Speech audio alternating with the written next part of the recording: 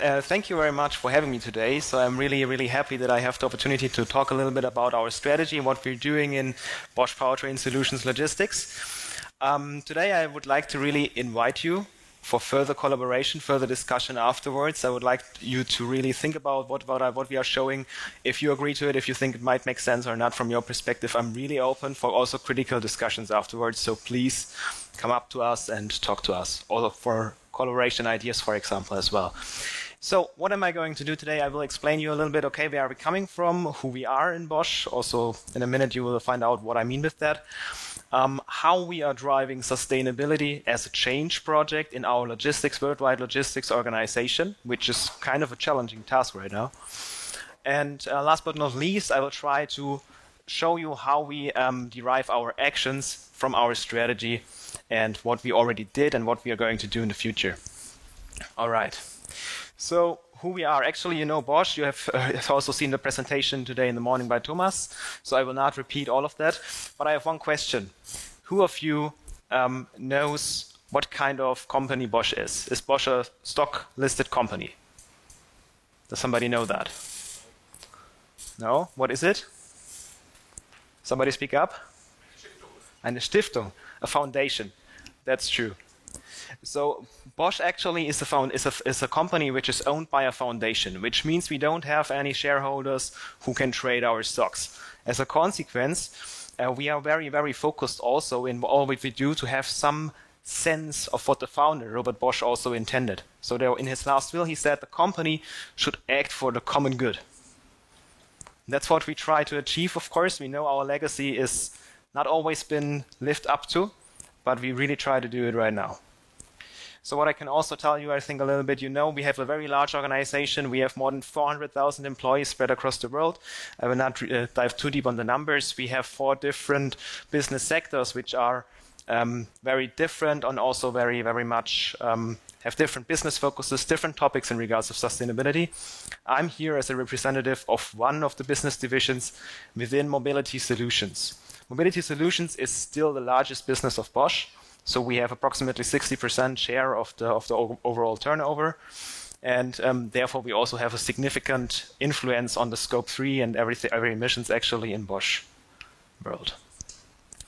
All right, so what is my business, or what is our business division? The business division that I'm talking about today is Bosch Powertrain Solutions. And that's exactly the business division which is producing all of the ICE combustion engine components, but also developing all of the new products in regards of electrification, fuel cell electric mobility, or hydrogen-powered mobility in general. And that actually means we are very large. We have more than 80,000 employees spread across the world. We have 50 production plants spread across the world, which we are responsible as central logistics. So that means me as being responsible for sustainable logistics, I'm trying to look into all of these value chains of these 50 plants, and also the connection to the suppliers and sometimes the connection to our customers, and really trying to change the way we operate in these value chains. Market segments, I think it's very clear. We are actually in any application which is on the road. We are in any type of car, truck, etc. And I think it's very hard to find one truck which has no Bosch component in it. And therefore, we have a very significant impact and also significant responsibility on what's happening on the road and also what kind of powertrains are used. We have lots of different products, as I already mentioned. Nice products are fuel cell power module, modular e-axle, but we also have products which are kind of very traditional, for example, injectors and so on, and which are still being sold and still being produced by us. So now a little bit more going into the change topic. How are we driving it as PS Sustainable Logistics, and what are we doing? Actually, we also derive our functional strategy from the overall Bosch sustainability strategy. And we released the strategy, I think, last year, and it also holds 6 different dimensions. So we're not only focusing in our overall strategy only on climate action or only on, for example, carbon. We also focus on lots of different topics like water, circularity, diversity, human rights, and health. So we really see the triple bottom line as the baseline of our sustainability activities. When I'm talking about our sustainable logistics approach, I have to admit we are in the beginning. So we are focusing in sustainable logistics right now on climate action, but we are working on improving, working on also addressing other topics, we will step by step increase the focus to water, to circularity, and also to social issues. So, the most important or very important topic when we talk about it, and also I think when a lot of you talk to large corporates is, well, okay, the business is what counts. I cannot invest too much into sustainability, or I don't have the money, or I don't have the budget for something like that. Actually, we believe it's not true. We strongly believe, and this is also a very clear and strong statement, I think, of our CEO, Stefan Hartung, that being profitable and being sustainable must go hand in hand and will definitely go hand in hand. So we don't see a future for a business that is not able to accommodate both in the next couple of years. So what does actually sustainability mean, or like the climate action or sustainable logistics focus when I'm talking now about my functional strategy and logistics and so on? Actually, we can simply look into the standard Scope 3 definition and look into the logistics aspects of it. And for me, the logistics focus is the distribution and transportation on upstream and downstream activities. Some of you maybe have some background in logistics. Some of you maybe not heard about it. The Incoterms are actually the contractual terms that define who is paying for which kind of transportation or packaging of a product.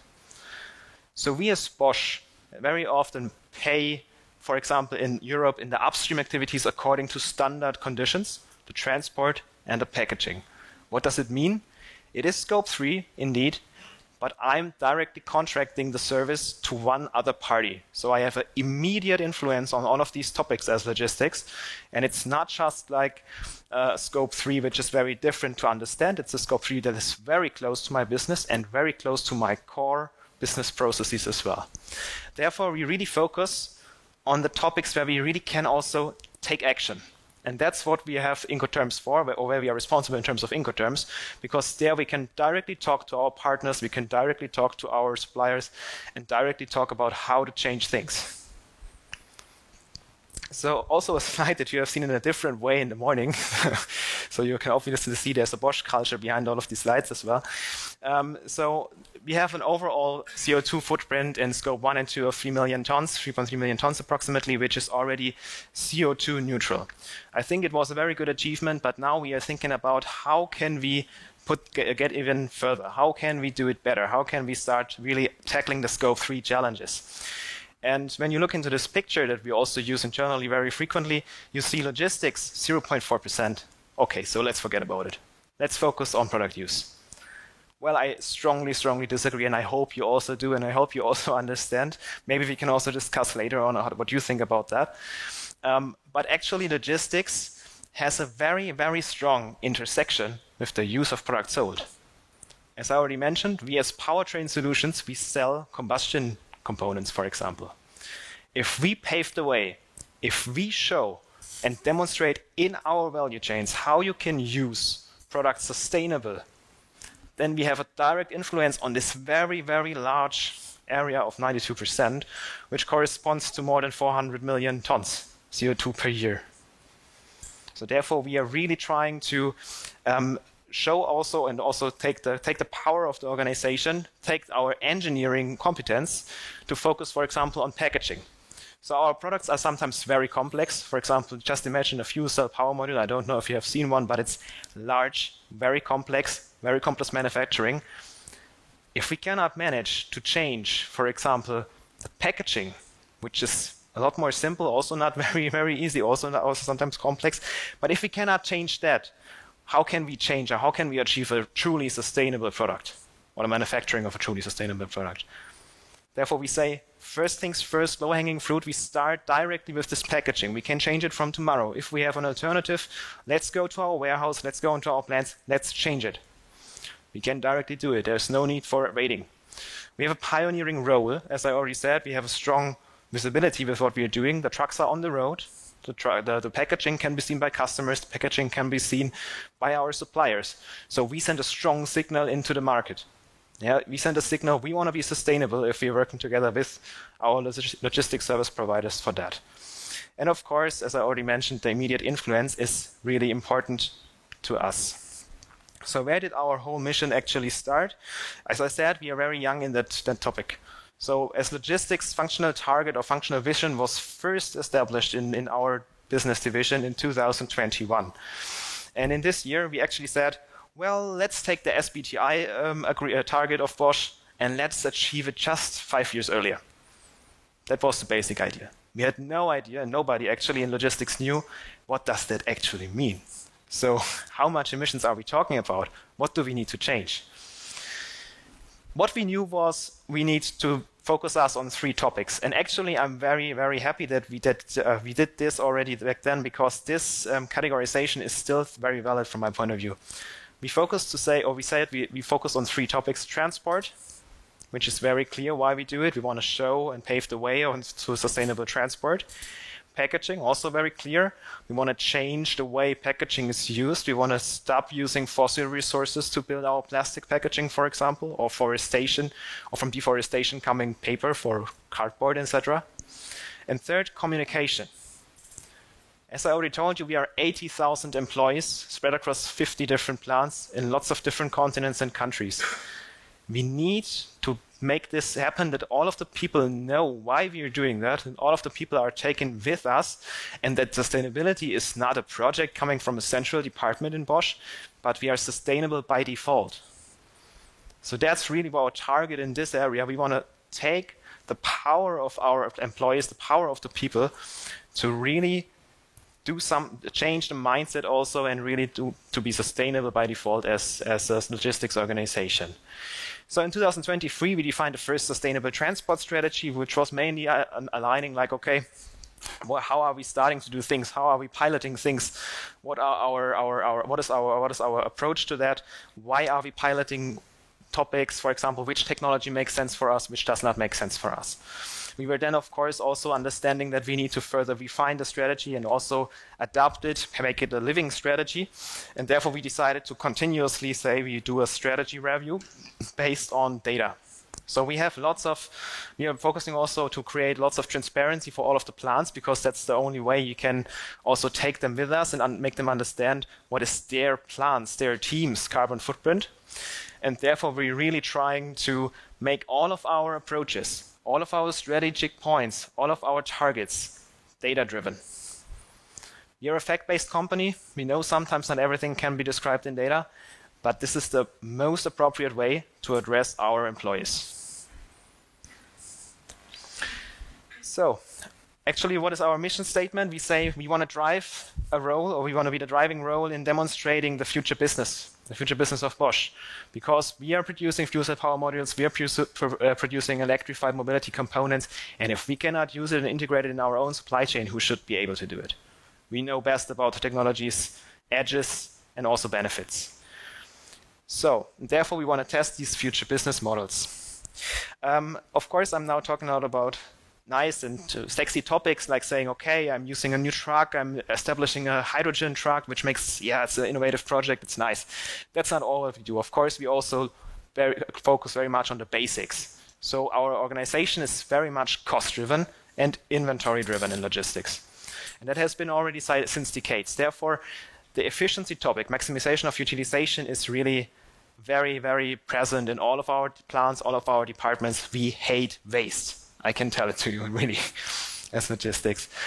What we also do, of course, as I mentioned, decarbonization, maybe also not a topic which is perceived by everybody in the same way, but we really also try to use what is available. So we also use alternative fuels.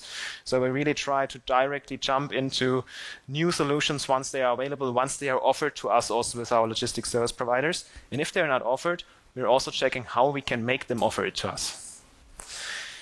Third, of course, circular economy is becoming more and more important, especially when we talk about packaging. So we already have a very high share of returnable packaging within our supply chains, but there are some silos, some thoughts which are sticking to the organization. For example, you cannot have returnable packagings if you transport a good from one continent to the other.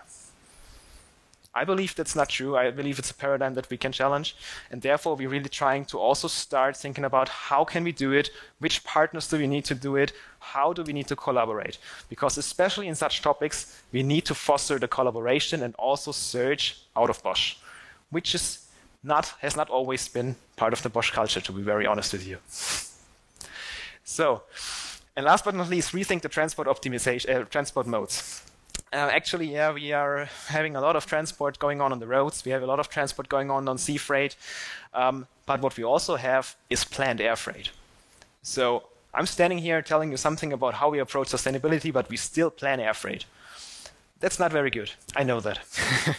And we are strongly working on reducing that. And therefore, we are really trying our best, and we are really focusing to shift out of these transportation modes, which are by default very harming to the environment, and also by default not a wise choice.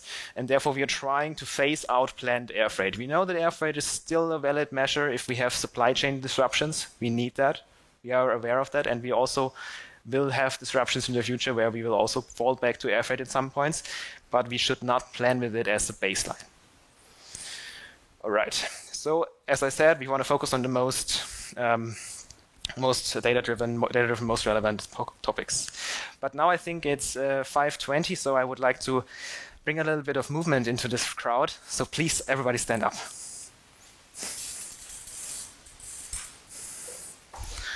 All right.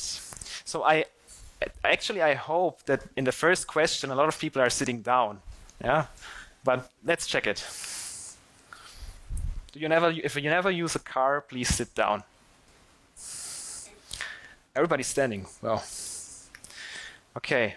If you only use an electric car or a fuel cell electric car, please sit down. Really? I expected some people to sit down, honestly. Okay. All right. If you do not care about your carbon emissions of the fossil fuels, please sit down. That's now the critical question, right? Yeah. Somebody sitting down, maybe not the right place today. All right. So if you think 13 cents per liter is too much to reduce 90% of your carbon footprint from driving is too much, then sit down. Nobody wants to sit down? 13 cents can be a lot. Wow, that's astonishing. That's very nice. Per liter more. For 90% saving. Thank you so much. You can sit down again. I'm really proud of you. It was very nice because when I did this challenge, for example, in the Tauken University, of course, students don't have that big budget. Some of them are sitting down. No, actually, why am I doing that? Actually, I want to ask you, why should we not take an action which is so cheap? For us as a personal decision, it would be very easy to say, let's do it, obviously. And the solution is, for example, an alternative fuel called HVO. Maybe some of you have heard of it, maybe some of you didn't hear about it. But actually for us, it is kind of a no-brainer to do it. If we are able to realize it at such low costs, then we should do it now because it's a drop-in solution. There's no investment required. And actually, we can really afford it. Also, as personal beings, we can afford it. And maybe at some point, our customers will also understand that they should afford it. So we also try, of course, to hand off this costs to our customers. So the example is not a confidential Bosch value. So the 13 cents is nothing which was negotiated by Bosch. It's the public price that was on Sunday evening, I think, in Austria at a fuel station very close to a Bosch plant. That's why I know that they are publishing their prices. But actually, this was a real price increase compared for diesel to HVO. All right. So HVO, as I said, is one very important solution that we are doing. You see here some sort of our roadmap. This is actually a lot of topics. What's important is you can see transport, packaging, communication, our three main action fields. And what's also important, we are continuously developing that. We are working on that. We are refining it. We are pulling out stuff, we are pulling in stuff. So because we are really seeing this as a learning journey for us. We have a very good in-house competence in terms of road transport. That's why we may have a slight focus on that, I would say. And therefore, we really focus, for example, on HVO. We started with the first implementations in 2022, and we are continuously rolling it out, actually. So this slide is maybe not really up to date. So maybe we have some rollouts already taking place this year, but maybe you will hear about it in some sort of communication. All right. Also, other topics like, for example, e-fuels, which are discussed, we want to see it in reality before we can decide whether it makes sense or doesn't make sense. We want to see the numbers. We want to see the sustainability. We don't want to judge before we know how it may be realized by our partners, because we are not the one who are developing this by ourselves. Fuel cell and electric topics, of course, we are also trying to push them into the locations where it makes sense. That means for us, for example, battery electric vehicles make a lot of sense in India when you have small three-wheelers that get put one pallet, for example, on the truck, which are we're driving on a very, very short range, because there you directly have cost savings while using our own produced green electricity at our plant. For this, for example, we really say, okay, these are topics that we need to push. We need to also spread across the organization where it makes sense. Last but not least, what I want to put your attention to is kind of the communication area. So since 2022, we have a clear functional target deployed to all Bosch plants in Powertrain Solutions. And this sounds like not so much. This sounds like, oh, one project, one sustainability project. What does it mean? It's like not a lot. Actually, it was a very, very huge step into the right direction. And actually, we really believe that this is the beginning of the journey of motivating thousands of colleagues throughout the world. And this really helps. We really see that the people are developing their skills. We see that the projects are getting better and better and are also achieving really concrete saving targets, which we started this year for each plant, actually. So I will skip a little bit through this slide here. Actually, it's our piloting approach where I say, okay, we're coming from simple use cases. We want to understand the business cases behind that. And once we have kind of a business case, like we can afford it, we're going into rollouts, actually. And we are also always monitoring where are we standing with our projects, on which topic, where are we, for example, where are we doing concepts, where are we doing really rollouts, where are we only having small pilots, and so on. We continuously also further develop that and continuously communicate it to our whole logistics organization. So we really take this also with our colleagues. We don't just put it as a project or only as a focus for central department, for innovation department, but we really want to make our colleagues participate in it, and we really want to show them where we are standing. All right, from strategy to action, you already have seen now some of the projects. Maybe some of them seem understandable for you, some of them maybe not. So therefore, I just brought with me actually 3 projects. I have 5 minutes left. I'm not sure if I make it through all of them. So think global, act local, decentral saving targets. As I told you, we have deployed the saving target in 2021. Clean transport for clean products. Actually, 2 projects I'm going to show you about hydrogen economy and also about HVO. And last but not least, stop scrapping, start repairing. Very simple, very, very simple. Don't scrap your parts. Don't scrap your packagings. I will show you later on what this led to, what kind of savings in CO2 and also in monetary savings that lead in our plant in Turkey. All right, so first, think global, act local. As I said, we have a very large spread organization. So what did we do? We organized some kind of competition. So all of the plants needed to hand in their projects. We were scanning them. We were understanding, okay, is the calculation correct? Is the impact calculated in a correct way? What did you do? What was the cost and so on? And what was the impact of your project? After we got these projects together, we actually developed them according to a predefined and also published metric. And with that metric, we came to 5 finalists. And the 5 finalists, we put into community and gave them 1 week to vote which project should be the one winning the sustainability award. You can't imagine how much attention suddenly there was on this sustainability topic. Before that, there was really not a lot of traffic, not a lot of people being involved, mainly the ones who were contributing the projects. But after that, people were like, really, I want our plant to win and so on. So you can really see you can create some momentum with very simple topics like that or simple approaches like that. What did Higashi Matsuyama plant win? Actually, they only had a recycling project, which doesn't seem that much, but it was nice in a way of saving money and CO2. What did they win? They won some sustainable chocolate for a whole team. So it was a very easy price, not very expensive, and they were very happy with it, actually. All right, so if we look onto clean transport for clean products, I want to show you a little example here of our plant in Homburg. As I mentioned already, we are in a lot of hydrogen-connected products, and Homburg had the vision to really use all of the products that we are producing, like electrolyzers for hydrogen, like the fuel station equipment Bosch Rexroth is producing, the fuel cell power module in the trucks that we are producing, and put them into display. Put all of that into one big use case to interconnect all of the topics, like, for example, power and heat generation at the local facility. And I think they have done a very impressive job because they were really able to integrate all of the process. They were even going into industrial processes, like, for example, the hardening area of our traditional combustion engine parts, and were able to substitute the process gas they used with hydrogen from own production. So I think it's a very nice project where they show that.